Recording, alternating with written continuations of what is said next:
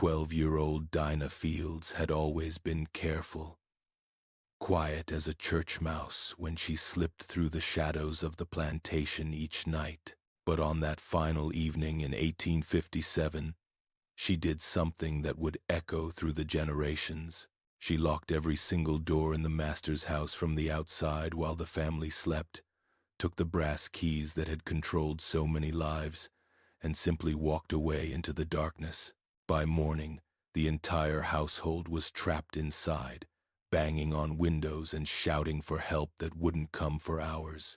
The only door left unlocked was the one to the slave quarters. And in the dewy grass where Dinah had stood one last time, a single brass key glinted in the early light. What drove this young girl to such a bold act of defiance? What had she witnessed that made her risk everything? And where did she go when she disappeared into those North Carolina fields, never to be seen again? Before we carry on, please hit the subscribe button to make my day, and let me know where you are watching from in the comments. The story of Dinah Fields begins not with her disappearance, but with her arrival at the Whitmore plantation in Granville County, North Carolina. 3 years before that fateful night, she came with her mother, a woman named Ruth, who had been sold away from her previous owner in Virginia after that man's death left his estate in disarray. Ruth had pleaded with the traders to keep her daughter with her, offering to work double, to take on any task, to never complain or cause trouble. Perhaps it was Ruth's desperate sincerity, or perhaps it was simply that the trader saw more profit in selling a mother and child together to a household that needed both field hands and domestic help. But, whatever the reason, 9-year-old Dinah arrived at the Whitmore place, clinging to her mother's hand, on a humid August afternoon in 1854. The Whitmore plantation was smaller than some of the grand estates that dotted the North Carolina landscape, but it was prosperous enough. Richard Whitmore owned about 40 enslaved people who worked his tobacco fields and maintained his household. He was a man of middling height, with thinning brown hair and a face that seemed permanently fixed in an expression of mild irritation, as though the world perpetually failed to meet his modest expectations. His wife, Constance Whitmore, was a different creature entirely. She was tall and angular, with pale skin that she protected obsessively from the sun, and dark eyes that seemed to calculate the worth of everything and everyone they landed upon. The Whitmores had 3 children, 2 sons who were away at school most of the year, and a daughter named Margaret, who was 14 when Dinah arrived, a girl who would later play a crucial role in the events that would unfold. Ruth was put to work in the fields immediately, her strong back and tireless hands making her valuable during the harvest season. Dinah, being small and quick-fingered, was assigned to the house. She worked under the supervision of an older woman named Celia, who had been with the Whitmores for 20 years and knew every corner of that house, every preference of its inhabitants, every way to avoid trouble. Celia took one look at Dinah, saw the intelligence in her eyes and the way she observed everything around her, with a careful attention that spoke of survival instincts already well honed, and made it her mission to teach this child how to navigate the dangerous waters of domestic service in a household where moods could shift like weather and punishments could descend without warning. The lessons Celia taught were not the kind found in schoolbooks. She taught Dinah how to make herself invisible, how to move through rooms without drawing attention, how to anticipate needs before they were spoken, how to read the moods of the white family by the set of their shoulders or the tone of their voices, even when the words themselves seemed innocuous. She taught her which floorboards creaked and which doors squeaked, which paths through the house offered the most cover, and which left you exposed to observation and potential accusation. Most importantly, though she didn't know it at the time, she taught Dinah about the keys. Richard Whitmore kept his keys on a heavy iron ring that he wore at his belt during the day and placed on his bedside table at night. There were keys for the smokehouse and the tool shed, keys for the tack room and the corn crib, keys for the strong box, where he kept important papers, and keys for the cabins, where some of the enslaved children were locked at night to keep them from wandering. This last practice had begun after a 6-year-old boy had sleepwalked out of the quarters one night and fallen into the creek, nearly drowning before someone heard his cries.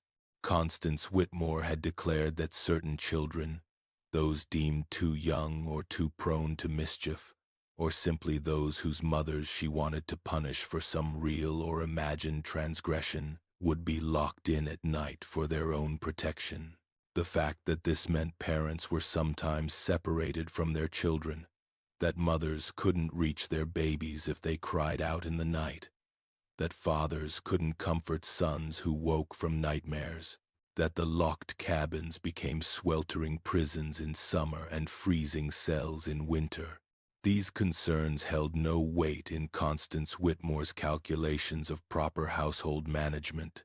Dinah learned the pattern of the household quickly, her natural intelligence and careful observation serving her well. She woke before dawn to help build the fires and heat water for the family's washing. She served at table, standing silent in the corner ready to refill glasses or fetch forgotten items from the kitchen. She helped with the mending, her small fingers proving surprisingly adept at the fine needlework that Constance Whitmore insisted upon for the family's clothing. She watched, and she learned, and she kept her thoughts to herself, presenting to the world exactly the kind of docile, obedient servant that white families preferred while inside. Her mind catalogued injustices and calculated possibilities.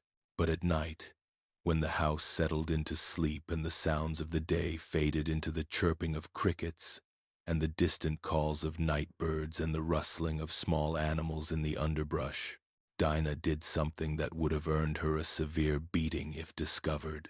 She stole the keys.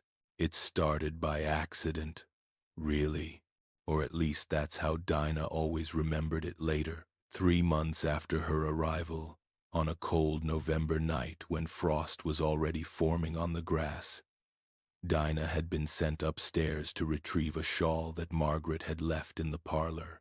As she passed the master's bedroom, she noticed the door slightly ajar and the familiar glint of the key ring on the bedside table, illuminated by the moonlight streaming through the window. Richard Whitmore's snoring rumbled through the door, a deep rattling sound that spoke of whiskey and exhaustion and the kind of sleep that wouldn't be easily disturbed. Dinah knew that one of the locked cabins held a boy named Moses, whose mother, a field hand named Sarah, wept quietly every night because she couldn't reach her son. The boy was only 7 and had nightmares that left him screaming, but the door stayed locked from the outside, and Sarah's pleas to be allowed to comfort him had been dismissed as the foolish sentimentality of people who didn't know what was good for them. Dinah's heart hammered as she slipped into the room, each beat so loud in her own ears that she couldn't believe it didn't wake the sleeping man. The floorboards here were ones Celia had taught her about, the ones that stayed silent under careful feet if you knew exactly where to place your weight. She lifted the key ring with hands that barely trembled, years of needlework having taught her the value of steady fingers, even when your mind was racing with fear. The door to Moses's cabin was easy to identify because Celia had pointed it out weeks ago during one of her lessons about the layout of the property. never imagining that Dinah would use this information in the way she was about to use it. Dinah made her way through the dark house like a ghost, out the back door that never fully latched because the frame had warped slightly, and Richard Whitmore kept meaning to fix it, but never got around to it. Across the yard, where shadows pooled beneath the old oak tree that had stood there longer than anyone could remember, to the row of small cabins behind the main slave quarters, where the locked children spent their lonely nights. The lock turned with a soft click that sounded like thunder in Dinah's ears but was really barely audible over the night sounds of the plantation. She eased the door open and whispered Moses's name into the darkness. The boy was awake, sitting up on his pallet with tears still wet on his face from whatever nightmare had troubled him. Dinah gestured for silence with one finger to her lips and watched as Moses crept out, his bare feet making no sound on the packed earth. She relocked the door, the same soft click, the same pounding heart, and made her way back to the house. The keys were replaced on the bedside table, with Richard Whitmore's snoring never faltering, never even pausing, and Dinah was back in her own small pallet in the attic room she shared with two other house servants before anyone knew she had been gone. The next morning, when Richard Whitmore went to unlock the cabin as he did every day, he found Moses already outside, sitting next to his mother as she prepared the morning meal for the field hands. The master frowned and checked the lock, found it secure, and seemed to conclude he must have forgotten to lock it the night before, though he had no memory of such a lapse.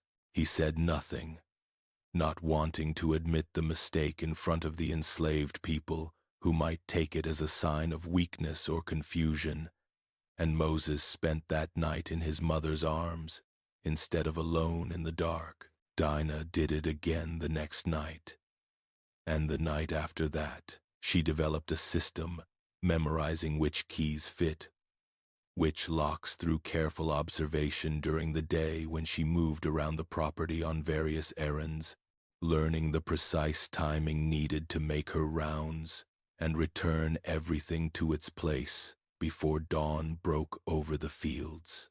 She freed Moses and then a little girl named Patience, who cried for her grandmother, who lived in a different cabin.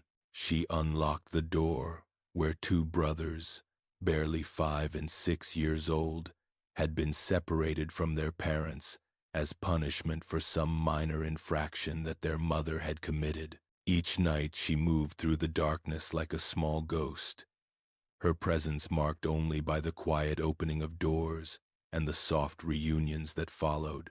Moments of grace stolen from a system built on separation and control. Celia discovered what Dinah was doing about 2 months into this secret routine. The older woman had woken early one morning, troubled by a dream she couldn't quite remember, and seen Dinah slipping back into the house with something hidden in her hands. Celia followed her on instinct born of years of survival, saw her replace the keys with hands that moved with practiced confidence, and understood immediately what the child had been doing and what the consequences would be if she was ever caught. She waited until later that morning when they were alone in the kitchen, supposedly washing vegetables for the midday meal, before she spoke. "Child, do you know what they'd do to you if they caught you?" Celia's voice was low and urgent, barely above a whisper that wouldn't carry to other parts of the house. Her hands worked automatically, scrubbing carrots with a roughness that spoke of her agitation and fear. "They'd sell you south, that's what. They'd separate you from your mama so fast your head would spin. Or worse, they might make an example of you, whip you in front of everyone to show what happens when people get ideas above their station." Dinah kept her eyes on the potatoes she was peeling, her voice steady when she answered in a way that was almost eerie in its calm certainty. I know. Then why risk it? Why put yourself in that kind of danger for something that ain't even your own trouble? Because those babies shouldn't be locked away from their people, Dinah said, and there was something in her tone, a quiet certainty that was unsettling in one so young, a sense of moral clarity that seemed to come from somewhere beyond her years or circumstances. Because I can do something about it, so I will. Because if I don't, who will?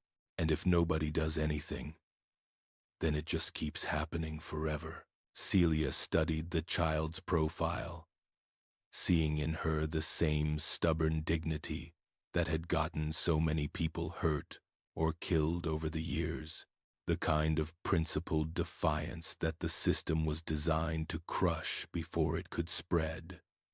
But she also saw the careful intelligence, the way Dinah's hands never stopped their work even as they spoke of dangerous things, the way her voice never rose above the level that could be safely overheard, the way her face remained composed and gave nothing away. This child understood risk, understood consequence, and was choosing to act anyway, with a deliberation that was more frightening than recklessness would have been. You keep your head down otherwise, Celia finally said, returning her attention to the carrots with renewed vigor. Don't give them any reason to watch you close. Don't get clever or bold about anything else. Save all that energy for your night work. And if you ever feel like it's not safe, if you ever get even the smallest hint that someone suspects, you stop immediately. You hear me? This isn't about being brave.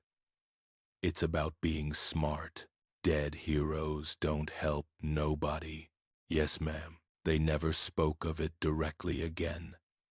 But Celia became a kind of co-conspirator in the endeavor, creating small diversions when needed, teaching Dinah even more about the patterns of the household and the habits of its inhabitants, covering for her on the rare occasions when someone noted her absence or questioned where she had been. The older woman watched over Dinah with a mixture of pride and terror, knowing that this child was walking a razor's edge between heroism and disaster.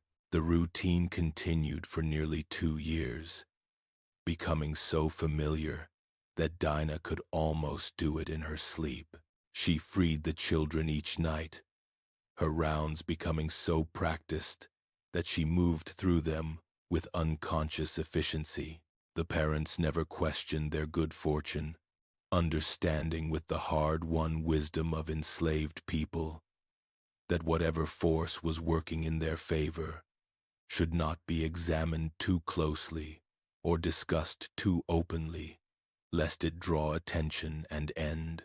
The children knew only that their locked doors somehow opened each night, that they could run to their mothers when nightmares came, that the long, lonely nights became bearable because someone cared enough to take enormous risks on their behalf. But everything changed in the spring of 1857, when Margaret Whitmore took a particularly cruel interest in one of the enslaved children and set in motion the events that would lead to Dinah's final act of defiance. The girl's name was Lily, and she was 8 years old, small for her age with huge dark eyes that seemed to take in everything, and a quick smile that charmed almost everyone who saw her. She had been assigned to help in the house, running small errands and learning basic domestic tasks under Celia's supervision. Margaret Whitmore, now 17 and preparing for her debut into society, with all the anxiety and excitement that entailed, had decided that she wanted a personal maid, someone young enough to train exactly to her preferences and mold into the perfect servant. Lily was chosen for this role, and at first, it seemed like a fortunate placement. Margaret gave Lily pretty ribbons for her hair, and handed down dresses that were barely worn. She taught her to arrange flowers and select accessories, and perform all the small tasks that supported a young white woman's entry into adult social life.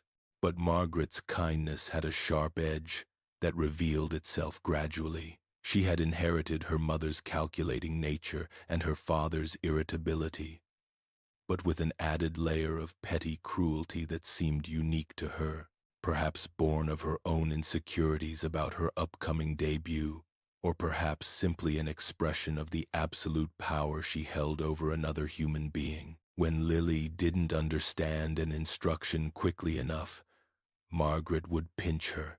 Sharp, painful twists of skin on Lily's arms or legs that left bruises hidden beneath her clothing. When Lily made a mistake in some task, Margaret would withhold food, sending her to bed hungry while claiming the girl had already eaten or didn't deserve meals after such incompetence. When Lily showed any sign of distress or tears, Margaret would threaten to have her mother sold away to the deep south, knowing that fear of separation was the deepest terror any enslaved child carried in their heart. Dinah watched all of this with growing anger that she had to keep carefully hidden behind the mask of docile servitude. She saw the bruises when she and Lily changed into their night clothes in the cramped attic space they shared with the other house servants. She heard Lily's stomach growling through hungry nights when the girl had been denied her evening meal for some trivial offense. She witnessed the fear that made Lily's hands shake whenever Margaret called her name, the way the younger girl would flinch at sudden movements, the haunted look that crept into her eyes as the weeks passed. Dinah tried to help where she could, sneaking food to Lily from the kitchen, applying cold compresses to the worst bruises, offering what comfort a 12-year-old could give to an 8-year-old, trapped in circumstances neither of them could openly challenge. But the situation continued to worsen as Margaret's cruelty escalated in ways that suggested she was testing the limits of her power and finding them disturbingly broad. The breaking point came on a Tuesday evening in late April when the dogwood trees were blooming and the air was sweet with the promise of summer. The Whitmores were hosting a dinner party, and the household was in an uproar of preparation that had everyone moving at double speed.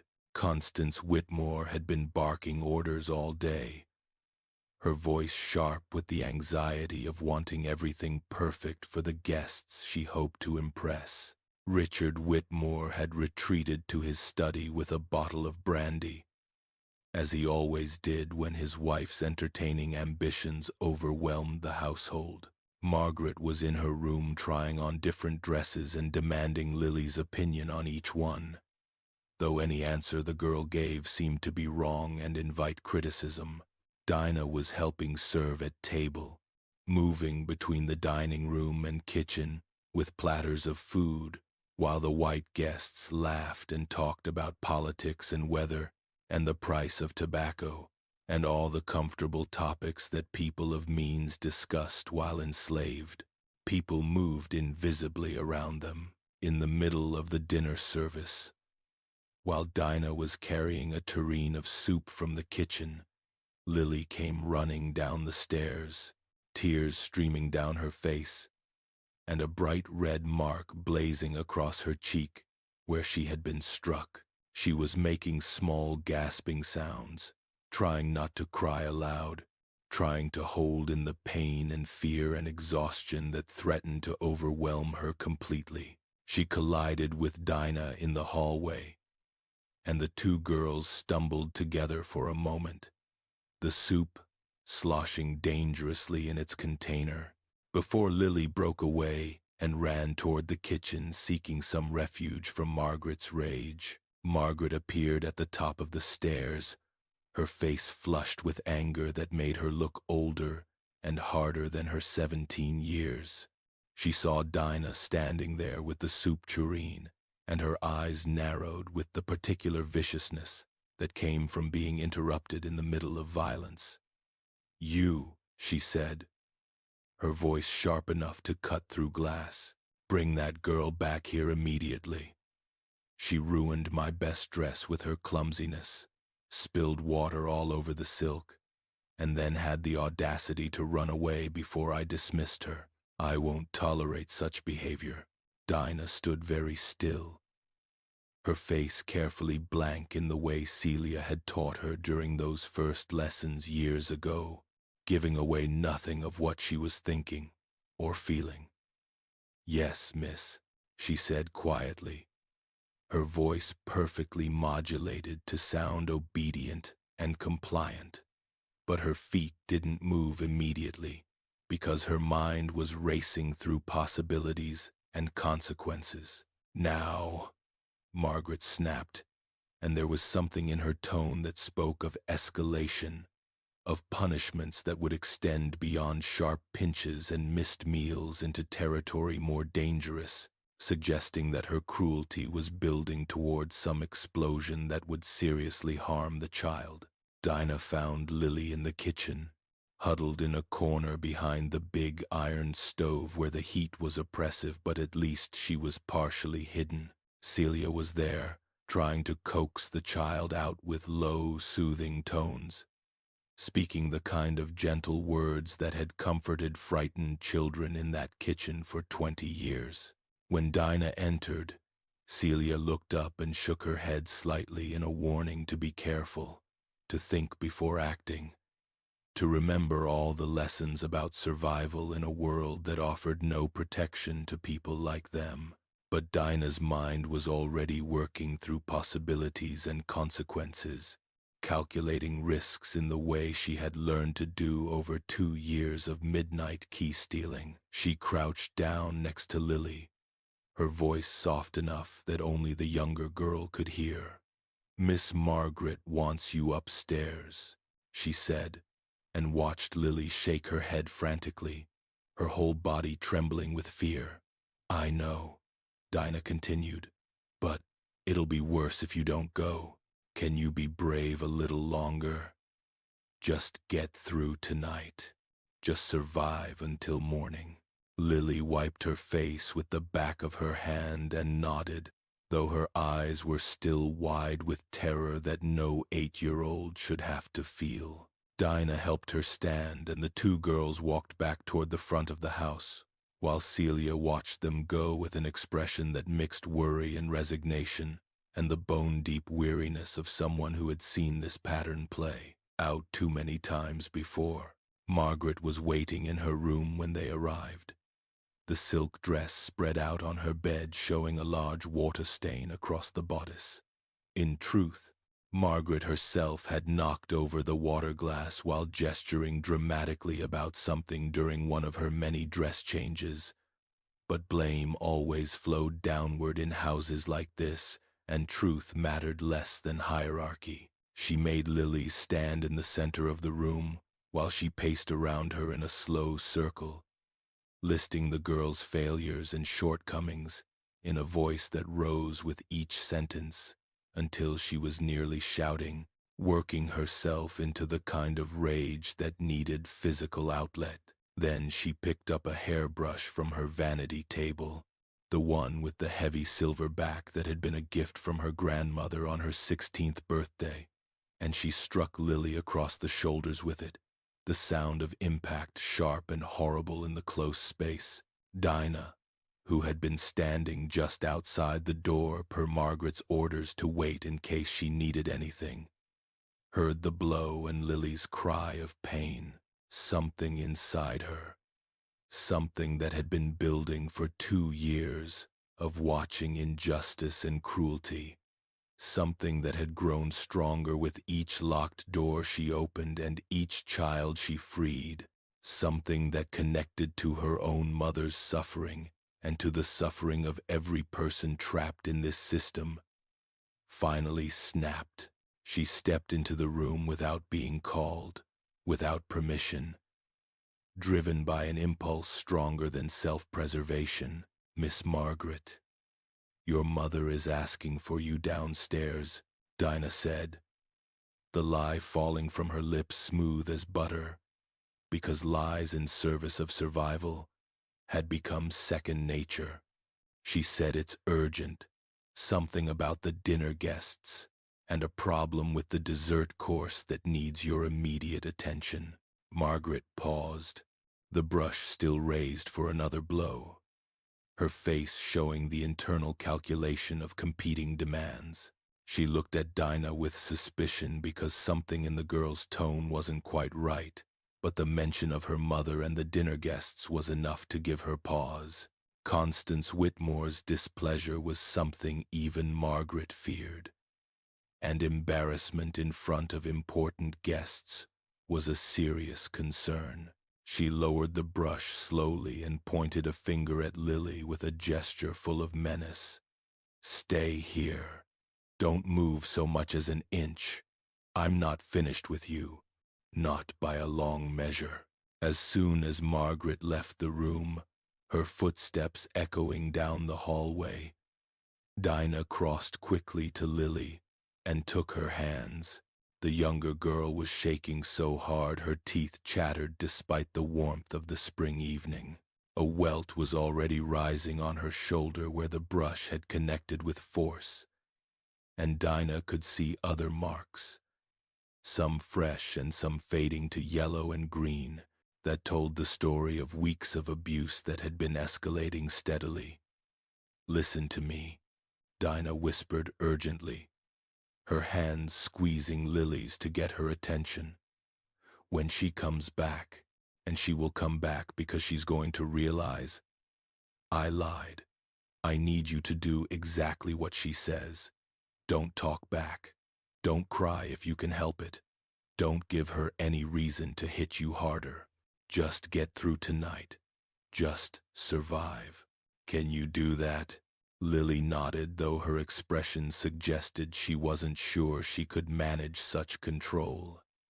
Wasn't sure she had the strength left to endure more. Dinah squeezed her hands once more in a gesture meant to convey solidarity and support, then retreated back to the hallway before Margaret returned. She heard Margaret's footsteps coming back up the stairs moments later, heard the angry muttering about being sent on false errands, and knew that her intervention had bought Lily only a few moments of respite before the punishment resumed. The rest of the evening passed in a blur of service and tension. Dinah moved through her tasks mechanically, her hands washing dishes and putting away silver and cleaning up the detritus of the dinner party, while her mind worked on something else entirely. Calculations and plans forming with a clarity that felt almost like destiny. The dinner party finally ended near midnight, the guests departing in a chorus of goodbyes and thanks and promises to return the invitation. The Whitmore family retired to their rooms, and the enslaved household staff began the long process of cleaning up after them, work that would stretch into the small hours of the morning. Dinah moved through the tasks mechanically, her hands performing familiar actions while her mind was elsewhere. Celia noticed her distraction and pulled her aside in the kitchen when they were briefly alone. "What are you thinking, child? I can see the wheels turning in your head, and I don't like where they might be going." "I'm thinking that Lily can't take much more of this," Dinah said quietly, scrubbing a plate with unnecessary force that spoke of suppressed emotion.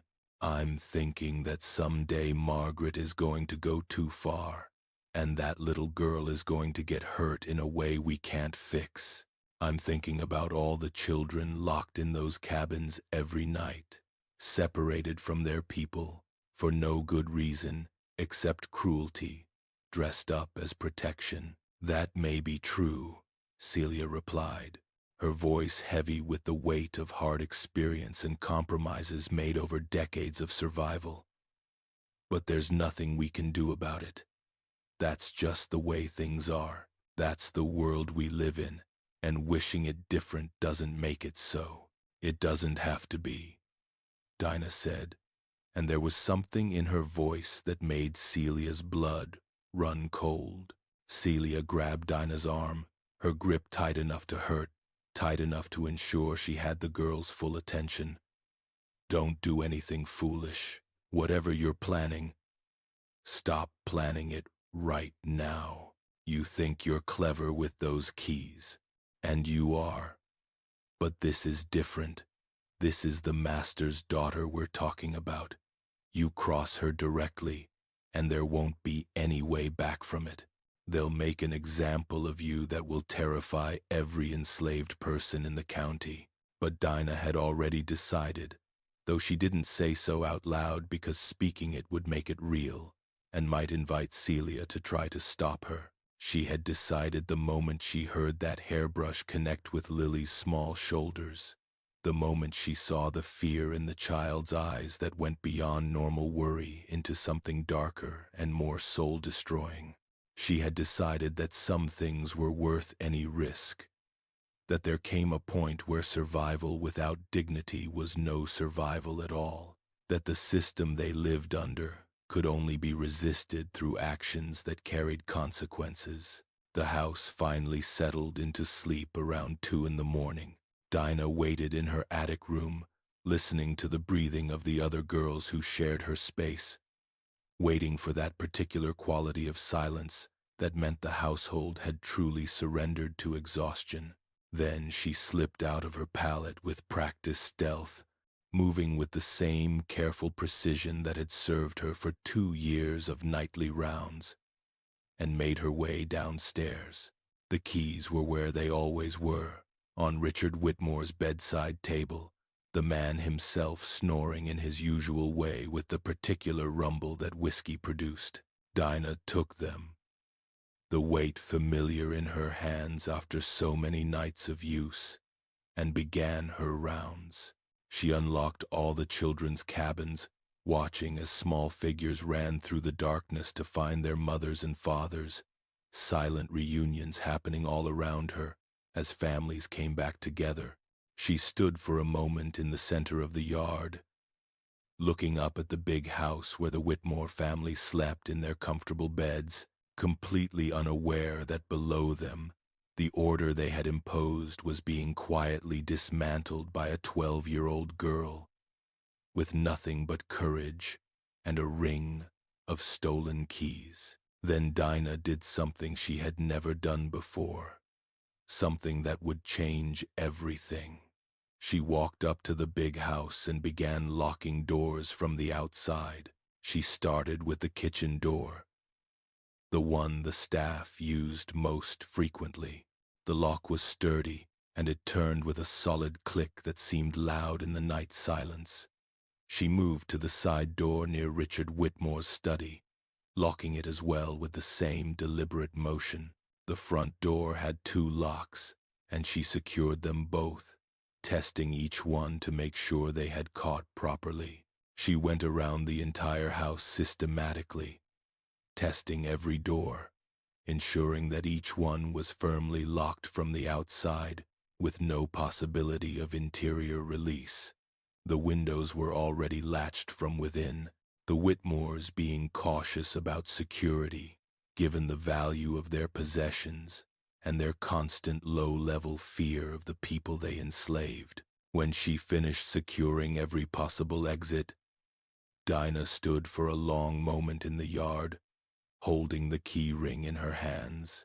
The brass was cool and heavy, and she thought about all the things these keys represented, all the lives they had controlled, and all the cruelties they had enabled, and all the power they symbolized in a system built on the principle that some people had the right to lock others away. She looked toward the slave quarters where mothers were holding children who shouldn't have been separated in the first place, where families were together in defiance of locks and rules and the whole cruel architecture of slavery. Then Dinah walked to the edge of the quarters, to the spot where the packed earth gave way to the tobacco fields beyond, where the known world ended and the unknown began. She placed the key ring carefully in the grass, arranging it with deliberate precision so it would be easily visible in the morning light, all except for one key, the key to the cabin that had held Moses and Patience and the 2 little brothers. The key that had opened the door to so many reunions and represented everything she had been trying to do. That key she kept, tucking it into the small cloth bag she wore around her neck, keeping it as a reminder and a symbol and a piece of metal that had meant the difference between loneliness and comfort for children who deserved so much better than the world they had been born into. Dinah's mother Ruth found her standing there as dawn began to lighten the eastern sky. Ruth had woken when Moses's mother Sarah came to wake her. Word having spread through the quarters with the speed that important news always traveled in enslaved communities, people understanding that something significant was happening. Sarah had whispered to Ruth about what Dinah had been doing with the keys all these months, about the children being freed each night, about the locked doors of the big house, about her daughter's extraordinary courage and the terrible danger she was now in. Ruth had panicked, knowing that such actions could only end in punishment severe beyond imagination, and had gone looking for her child with her heart pounding and her mind racing through increasingly desperate scenarios. She found Dinah standing in the grass at the edge of everything, looking out at the fields that stretched toward the horizon, her small figure silhouetted against the slowly brightening sky. Ruth grabbed her daughter's shoulders, torn between pride and terror, and desperate hope that somehow this could still be fixed or undone. "Baby, what did you do? What have you done?" "What I had to do," Dinah replied, and there was an eerie calm in her tone that frightened Ruth more than anger or fear would have. "Mama, I locked them all in the house, the whole family. They're trapped in there like they've been trapping those children every single night for years. They're locked up like property, like things, and they're going to stay that way until someone breaks them out." Ruth's hands tightened on her daughter's shoulders, her mind reeling from the implications. "Do you know what they'll do when they get out? Do you understand what kind of punishment they'll devise for this?" "I understand perfectly," Dinah said, meeting her mother's eyes with a steadiness that seemed impossible in someone so young. "That's why I'm leaving. That's why I'm walking away from here right now, before the sun comes up, before they discover what happened." "No," Ruth said immediately, the word torn from her throat. "No. If you run, they'll come after you with everything they have. They'll send the patrollers and the dogs. They'll put up notices and offer rewards. They'll make an example of you to scare every other enslaved person in North Carolina. You can't run, baby. You can't." "Then come with me." The invitation hung in the air between them, simple and impossible. Ruth's heart broke at the trust in her daughter's voice, the assumption that they could just walk away together and start over somewhere free, the childlike faith that love and determination could overcome all the structural forces arrayed against them. But Ruth had lived long enough to know how these things ended, had seen enough people run and be caught and be punished in ways that made death seem merciful by comparison. She also knew, with a mother's intuition that sometimes felt like prophecy, that Dinah would go whether Ruth came with her or not, and that trying to stop her would only delay the inevitable. "I can't," Ruth whispered, tears streaming down her face, each word like pulling out pieces of her own heart. "I'm too old, too slow, too worn down by years in these fields. I'd just hold you back and get us both caught before we made it 10 miles. But you're small and fast and smart and brave. You might make it. You might actually reach freedom. They stood there as the sky grew lighter, mother and daughter holding each other, while the world prepared to discover what had been done. Other people from the quarters were beginning to gather, drawn by the voices, or by some instinct that something momentous was happening, that this dawn was different from all the dawns that had come before. They formed a loose circle around Ruth and Dinah, a silent audience to this moment of decision and farewell.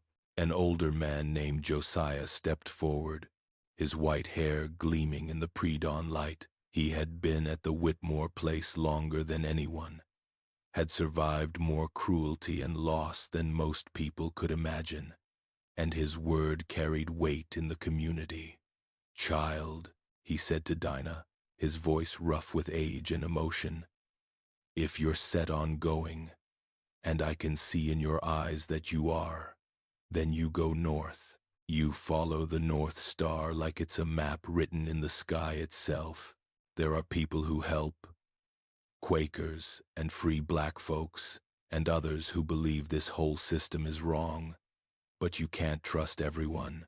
You move at night, and you hide during the day, and you don't stop. Not for anything.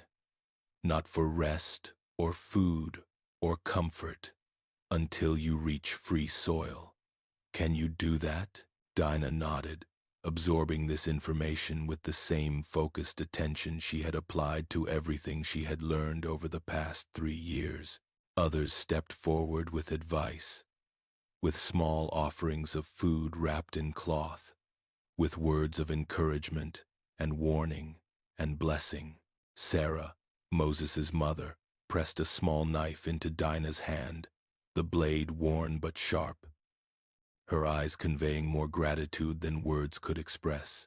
As the sky turned from gray to pink to gold, Ruth finally released her daughter. She pressed a kiss to Dinah's forehead and whispered a blessing that her own mother had taught her, words from a language and a place that had been stolen from them generations ago, but survived in fragments passed down through women's voices. Dinah touched her mother's face once, her small fingers tracing the lines and curves, memorizing every detail, knowing with the clarity of absolute certainty that this might be the last time they ever saw each other. Then she turned and walked into the tobacco fields, her small figure moving between the rows of plants, swallowed quickly by the green leaves that swayed in the morning breeze. The people from the quarters watched until they couldn't see her anymore, standing in that liminal moment between night and day, between slavery and whatever came next. Then they turned back to face what was coming, steeling themselves for the questions and accusations and punishments that would inevitably follow. Once the white family discovered what had been done to them, the house remained locked until mid-morning, when one of the field hands doing early planting happened to pass close enough to hear the shouting coming from inside. The Whitmores had woken to find themselves trapped, every door secured from the outside, every window latched from within, their absolute control suddenly inverted into helpless captivity. The field hand ran to fetch the overseer, a brutal man named Crawford, who lived in a small house on the property boundary. Crawford came with tools and a growing sense that something unprecedented had happened, breaking down the kitchen door with an axe, while the household staff watched from a distance. Richard Whitmore emerged first, his face purple with rage, followed by a hysterical Constance Whitmore, who kept shrieking about the violation and the danger and the absolute unacceptability of being locked in her own house. Margaret came out looking for someone to punish, her eyes scanning the assembled enslaved people with an expression that promised retribution. The discovery of the key ring in the grass led to immediate questions that became interrogations that became beatings. The revelation that the children's cabins had been unlocked every night for years led to a frenzy of accusations and investigations. Ruth was beaten for her daughter's actions, the whip falling across her back while she refused to tell them where Dinah had gone or what direction she had taken. Others suffered as well, punished for their refusal to provide information, for their wall of solidarity that the white family couldn't penetrate. But the quarters held their silence. When pressed about Dinah's whereabouts, they claimed ignorance with such unified consistency that it became clear this was a coordinated refusal to cooperate. When threatened with worse punishment, they maintained their stories. When offered rewards for information, they refused to be bought. The community that had watched Dinah walk away closed ranks around her absence, protecting her escape with their collective silence. Patrollers were sent out with dogs, following trails that went cold in the fields. Notices were posted in town offering a reward of $200 for information leading to Dinah's capture, describing her as small, intelligent, dangerous. The Whitmores raged about ingratitude and wickedness, and the fundamental untrustworthiness of enslaved people who bit the hands that fed them. But Dinah Fields was never found.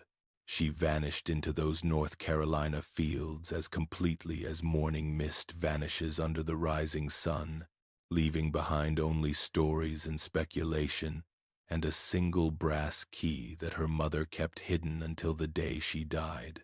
Some said Dinah perished in the woods, that the wilderness or patrollers or some other danger claimed her before she could reach freedom.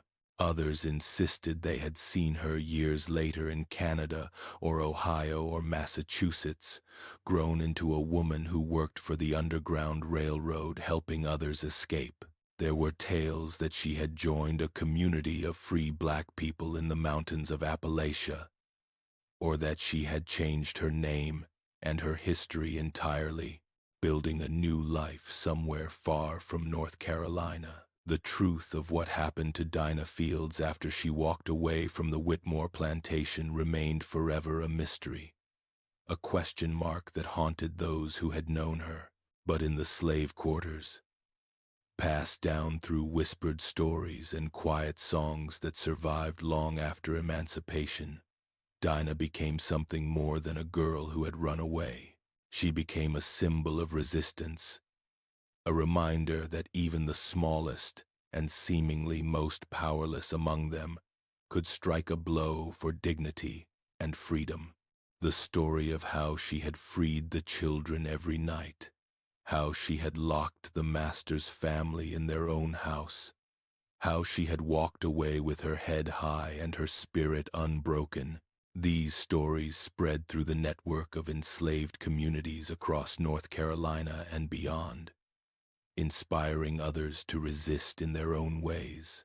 Lily, the little girl whose suffering had been the catalyst for Dinah's final action, carried the story with her through years of continued abuse under Margaret's control. She survived the war that eventually came and tore the South apart, survived into freedom and beyond. In her old age, living in a small house she owned with money she had earned from her own labor, she would tell anyone who asked about Dinah Fields, about the 12-year-old girl who had defied an entire system with nothing but cleverness and courage, about how Dinah had shown that the chains binding them were not as strong as the masters wanted everyone to believe. Ruth lived another 15 years after Dinah's disappearance, working in the tobacco fields until her body finally gave out.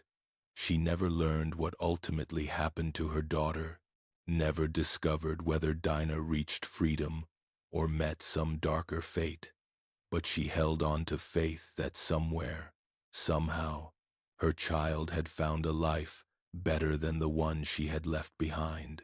In her final days, Ruth told the other women in the quarters that she dreamed sometimes of a small brass key lying in grass, glinting in the sunlight, and that in the dream, that key could open any lock in the world, could free anyone who needed freeing, could transform imprisonment into possibility.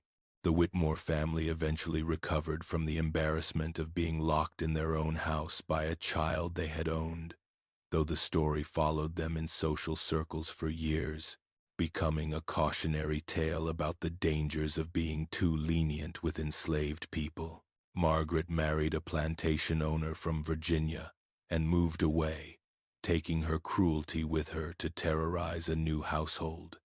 Richard and Constance continued to run their plantation until the war disrupted everything, their world of absolute control crumbling under the weight of historical forces they couldn't understand or accept. When emancipation finally came, the remaining people from the quarters left the Whitmore place without looking back, scattering to find family members sold away years before, to build lives on their own terms, to breathe air that finally tasted of freedom.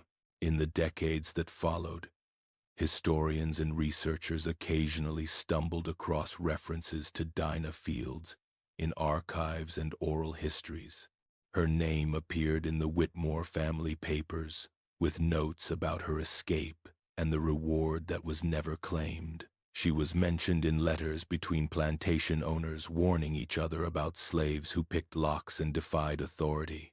There were oral histories collected from formerly enslaved people that included stories about a girl who had freed children and locked up masters before disappearing into legend. But no definitive answer ever emerged about what happened to her after that April morning in 1857. No grave was found bearing her name, no marriage records discovered, no census data that could be conclusively linked to a Dinah Fields who had once been enslaved in Granville County, North Carolina. It was as though she had simply stepped out of one life and vanished completely, leaving behind only the ghost of her actions and the power of her example to inspire those who came after. The truth about Dinah Fields, the 12-year-old slave girl who freed children and locked her oppressors in their own house before vanishing into history, remained forever elusive. But the impact of her actions rippled outward through time and space, touching lives and inspiring resistance in ways that could never be fully measured or understood. She had shown that even those with no power could shake the foundations of injustice, that courage could manifest in the careful turning of keys and the brave decision to walk away from everything known towards something unknown but potentially better. In Granville County, where the old Whitmore plantation eventually became just another collection of overgrown fields and crumbling buildings, people still sometimes told the story of Dinah Fields on quiet evenings when the past felt close enough to touch. They spoke of a girl who had moved through darkness with brass keys in her hand, opening doors that should never have been locked, freeing people who should never have been imprisoned. They imagined her standing at the edge of the known world, looking out at fields and forest and the long, uncertain road ahead, choosing freedom over safety and dignity over survival, walking into history and mystery with nothing but courage and a stolen key pressed close to her heart. The morning after Dinah's disappearance unfolded with a chaos that no one at the Whitmore plantation would ever forget. When Crawford finally broke through the kitchen door and released the furious family, the enslaved people working in the fields could hear the shouting from hundreds of yards away. Richard Whitmore's voice carried across the property like thunder, demanding explanations and threatening punishments that made even the overseer flinch. Constance Whitmore had worked herself into such a state of hysteria that she had to be given laudanum to calm her nerves, though this did nothing to quiet her shrill pronouncements about betrayal and ingratitude. Margaret stormed through the house and then out to the quarters, her face twisted with rage, looking for Lily to punish for crimes the child had nothing to do with, except being the catalyst for Dinah's defiance. But Lily was nowhere to be found that morning. In the confusion following Dinah's departure, while the adults were saying their goodbyes and offering advice, Celia had made a decision of her own. She had taken Lily by the hand and hidden her in the root cellar beneath the kitchen, a dark, cramped space where vegetables were stored through winter. Celia knew that Margaret's rage would seek an outlet, and that Lily would bear the brunt of punishment for what Dinah had done. So she kept the child hidden there through the morning chaos, bringing her water and whispering reassurances through the floorboards, protecting her from Margaret's searching fury.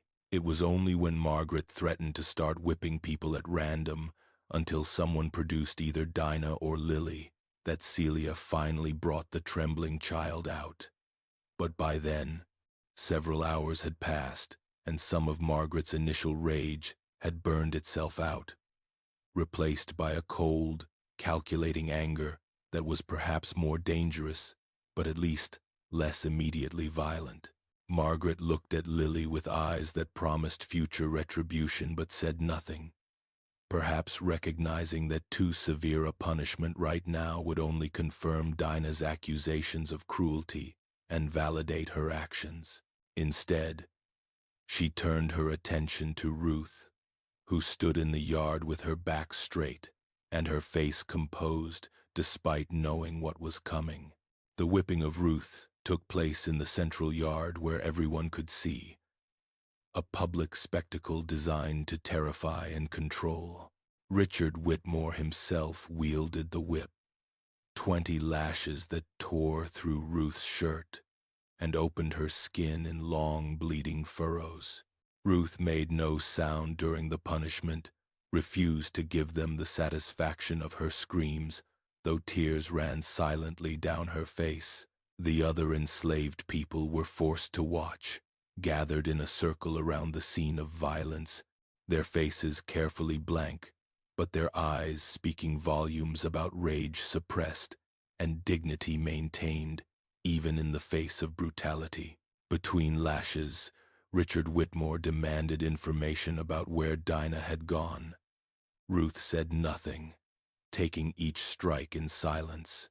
When the whipping finally ended and Ruth collapsed to her knees in the dirt, Crawford dragged her back to her cabin and left her there without medical attention, the message clear that this was what happened to those who raised children who forgot their place. But that night, after the White family had retired and the overseer had returned to his own house, the women from the quarters came to Ruth with water and clean cloth and herbs that would help the wounds heal. They tended her injuries with gentle hands and spoke in low voices about Dinah's courage and the hope that she had made it far away by now.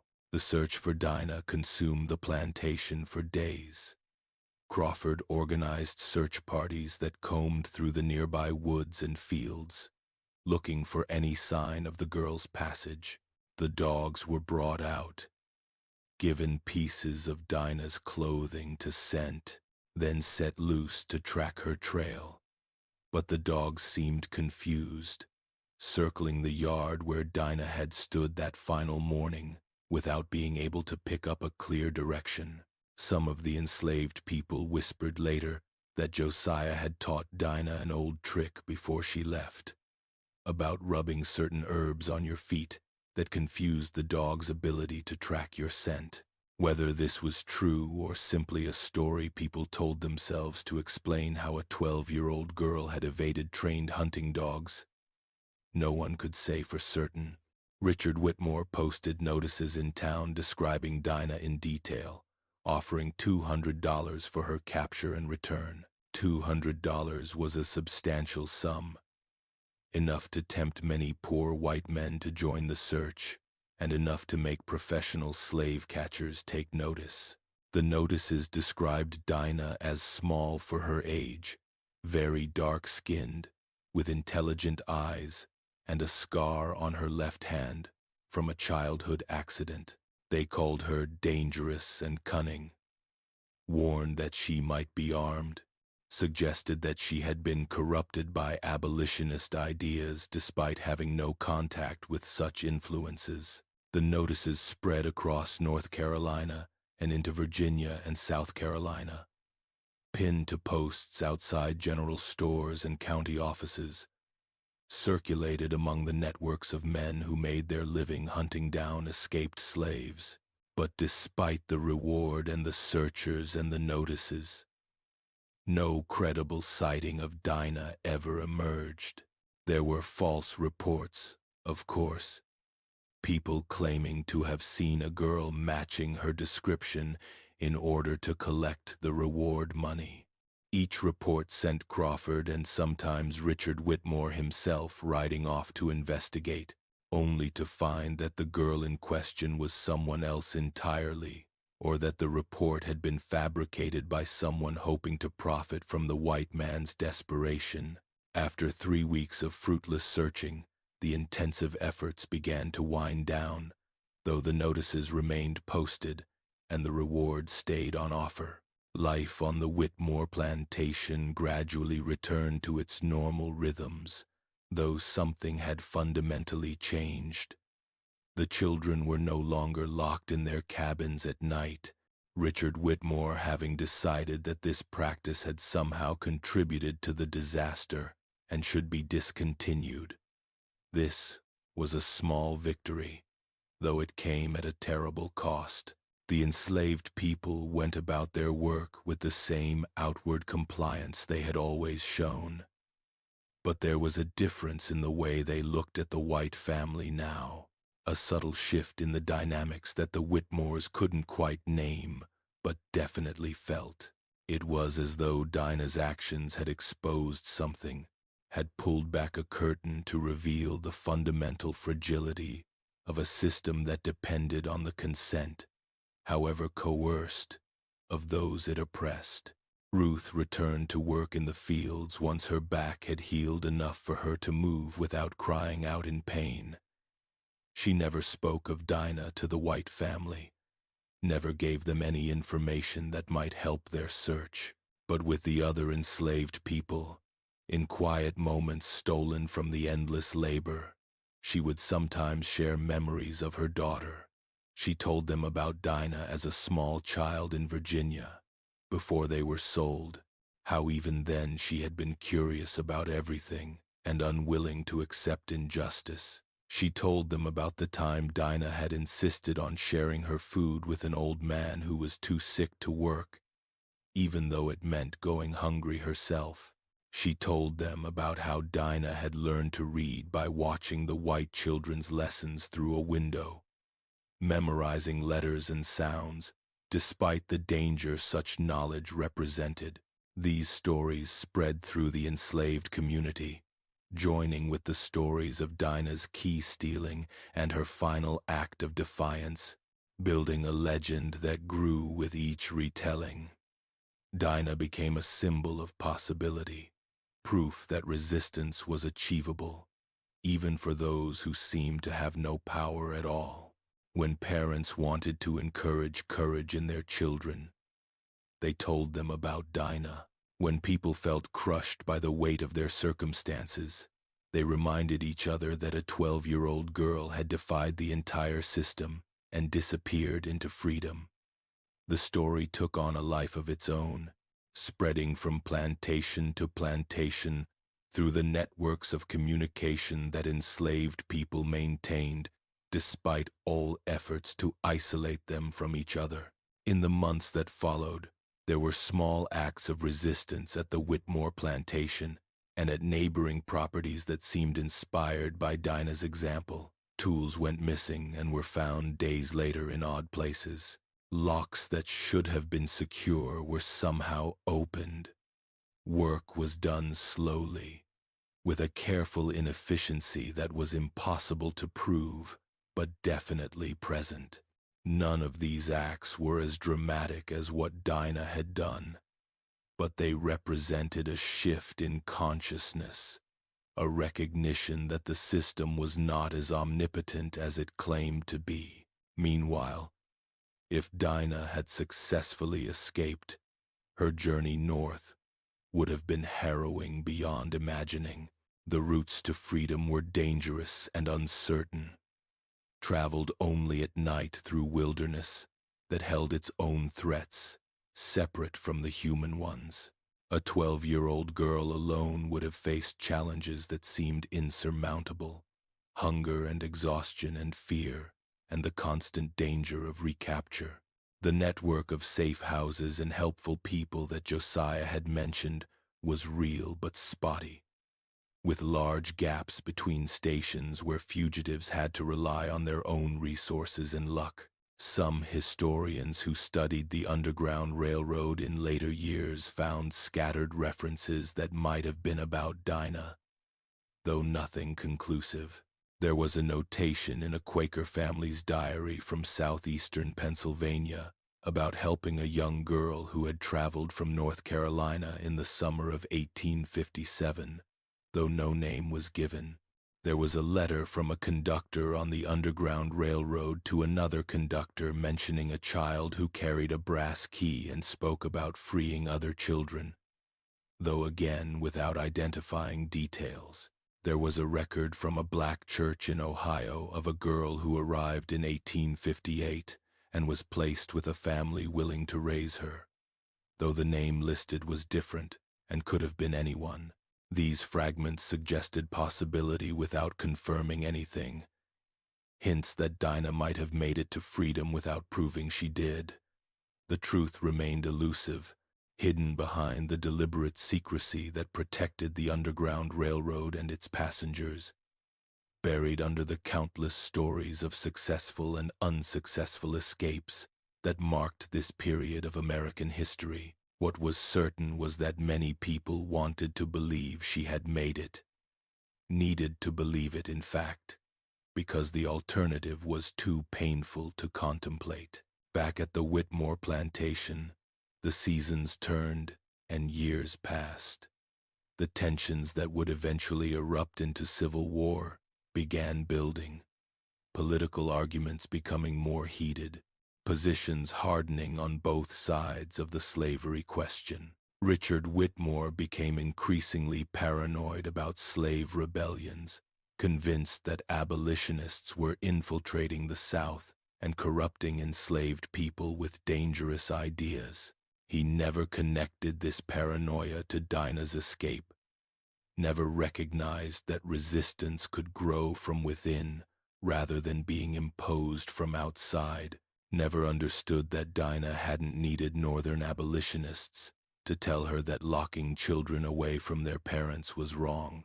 Constance Whitmore developed a nervous condition that she attributed to the trauma of being locked in her own house, though her enslaved servants suspected it had more to do with laudanum addiction than with Dinah's actions. She spent more and more time in her room, leaving the management of the household to Margaret when she was home, and to Celia when Margaret was away. This shift actually made life somewhat easier for the enslaved household staff, as Celia was far more reasonable and less cruel than either of the white women. Margaret married in 1859, a lavish wedding that required weeks of preparation and involved enslaved people working around the clock to ensure everything was perfect. She married a man named Jonathan Berkeley, who owned a large plantation in Virginia, and she left North Carolina in a flurry of trunks and boxes and tears from Constance Whitmore, who was losing her only daughter. Lily was not included in Margaret's dowry, a small mercy that the girl recognized as life-saving. Once Margaret was gone, Lily's life improved dramatically. She was reassigned to work under Celia's direct supervision, and while the labor was still hard and the conditions were still those of slavery, at least she was no longer subjected to daily cruelty and violence. Ruth worked in the tobacco fields for another decade after Dinah's disappearance, her body aging rapidly under the physical demands and the emotional weight of not knowing what had happened to her child. She developed a cough that wouldn't go away, probably from years of exposure to tobacco dust, and eventually became too weak to work full days. Richard Whitmore, demonstrating the callousness that characterized his entire approach to the people he enslaved, wanted to sell Ruth south since she was no longer productive, but Celia intervened, arguing that Ruth's presence stabilized the other workers and that selling her would create unrest that could hurt productivity more than keeping her on. Richard grudgingly agreed, and Ruth spent her final years doing lighter tasks around the quarters, mending clothes and watching children while their parents worked. In 1863, when word of the Emancipation Proclamation finally reached the plantation, the enslaved people's reactions were complex. There was joy, certainly, and hope, but also uncertainty about what freedom would actually mean in practical terms. The war was still raging. Union troops hadn't reached their area yet, and Richard Whitmore made it clear he didn't recognize Lincoln's authority to free anyone. But the proclamation changed something fundamental in people's consciousness. They began planning for freedom even as they continued working, discussing where they would go and what they would do when the war finally ended. Ruth didn't live to see full emancipation. She died in January of 1864, the cough finally consuming her lungs until she couldn't breathe. On her deathbed, surrounded by the women who had become her family in the quarters, she spoke about Dinah one final time. She said she had dreamed of her daughter the night before, seen her fully grown and living in a city somewhere in the north, working in a shop and living in her own rooms and free in ways that Ruth could barely imagine. She said she believed this dream was true, that somehow she knew Dinah had made it, and she died with a smile on her face that suggested peace rather than resignation. The women who attended Ruth's death buried her in the small cemetery behind the quarters where generations of enslaved people had been laid to rest. They sang the old songs that mixed African melodies with Christian words, songs that spoke of freedom and deliverance and crossing over into a better land. Someone placed a small brass button on Ruth's grave. Not a key, but close enough to serve as a symbol of the daughter who had used keys to unlock so much. And they told stories about Dinah long into the night, keeping her memory alive through Ruth's death and beyond. When the war finally ended and emancipation became real rather than just promised, the people from the Whitmore plantations scattered in every direction. Some went looking for family members who had been sold away years or decades before. Some headed to cities where they heard there was work. Some stayed in the area but moved off the plantation to establish their own farms on land they managed to purchase or claim. They carried Dinah's story with them wherever they went, sharing it with new people they met, ensuring that the tale of the 12-year-old girl who had defied slavery spread far beyond Granville County. Lily grew up and married a man who had been enslaved on a neighboring plantation. They moved to Raleigh after the war, where Lily learned to read and write, and eventually opened a small business doing laundry for white families. She lived to be 73 years old, and throughout her life she told anyone who would listen about Dinah Fields and what she had done. In her telling, Dinah became larger than life, a hero whose courage had saved Lily from worse abuse and had shown an entire community that resistance was possible. Lily's children and grandchildren grew up hearing these stories, and they passed them down to their own children, keeping Dinah's memory alive through generations. Celia stayed on the Whitmore property for several years after emancipation, working for wages, now rather than as enslaved labor. She saved her money carefully and eventually bought a small house in town where she lived independently for the first time in her life. Before she left the plantation, she went to the spot where Dinah had placed the key ring that final morning, and she dug in the dirt, looking for any remnant that might remain. She found nothing. the brass having long since been collected and the grass having grown over any traces.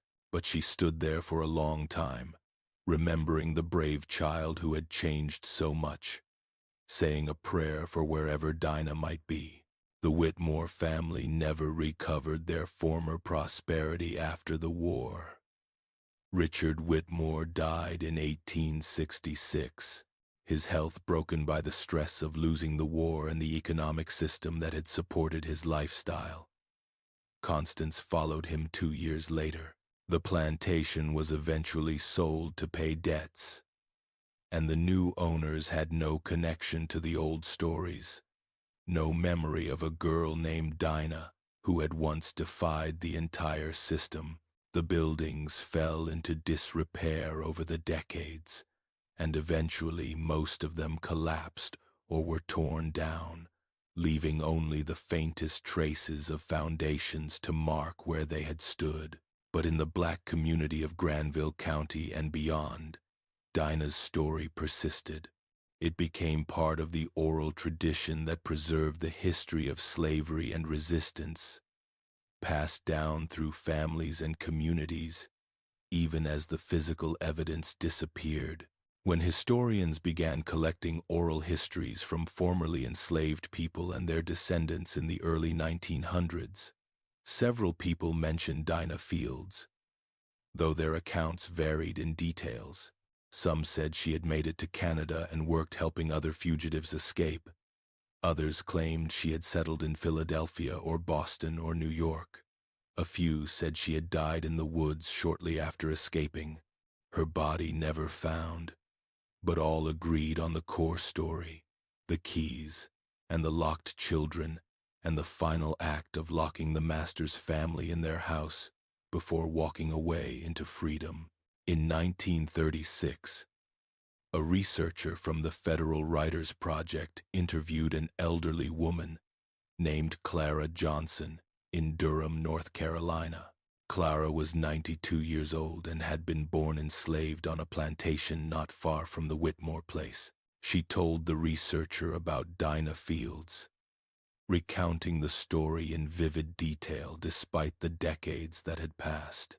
Clara said she remembered hearing about Dinah when she was a young girl, how the story had inspired her and given her courage during the difficult years after the war when freedom was legal but still had to be fought for every single day.